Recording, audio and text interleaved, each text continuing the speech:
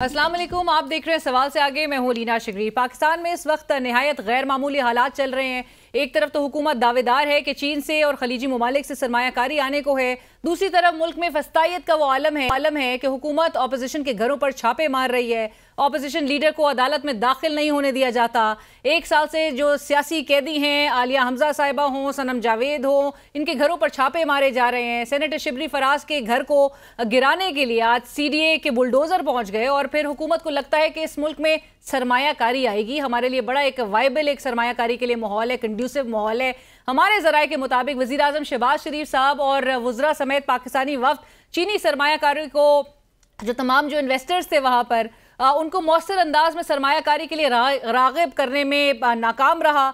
वफ्द में शामिल हुकाम की तकारीर में कोई वजन नहीं था जिसमें चीनी सरमायाकारों को पाकिस्तान में सरमायाकारी के मौके दिखाए जाते। इसके बरक्स पाकिस्तान की माशी परेशानियों पर तवज्जो दी गई, जिससे चीनी सामईन मुतासिर नहीं हुए, बड़े अनइम्प्रेस रहे।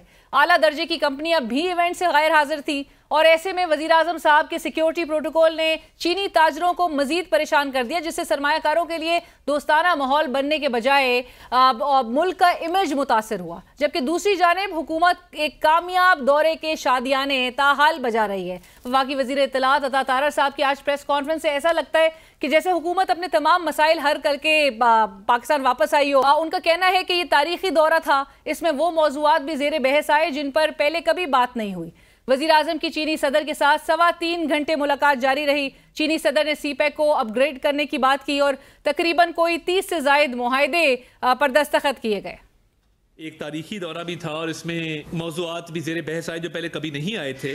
पाक चीन दोस्ती के अंदर एक नई जहत है और एक नए दौर का आगाज है। और जब मैं कहता हूँ कि एक तारीखी दौरा था और कामयाब तरीन दौरा था, तो इसकी वजह यह है प्रेसिडेंट शी के साथ 3.25 घंटे जो है वो मीटिंग जारी रही। वहाँ पे पाकिस्तानी तरानों का बजना हमारे लिए एक फ़ख्र और एजाज़ की बात थी।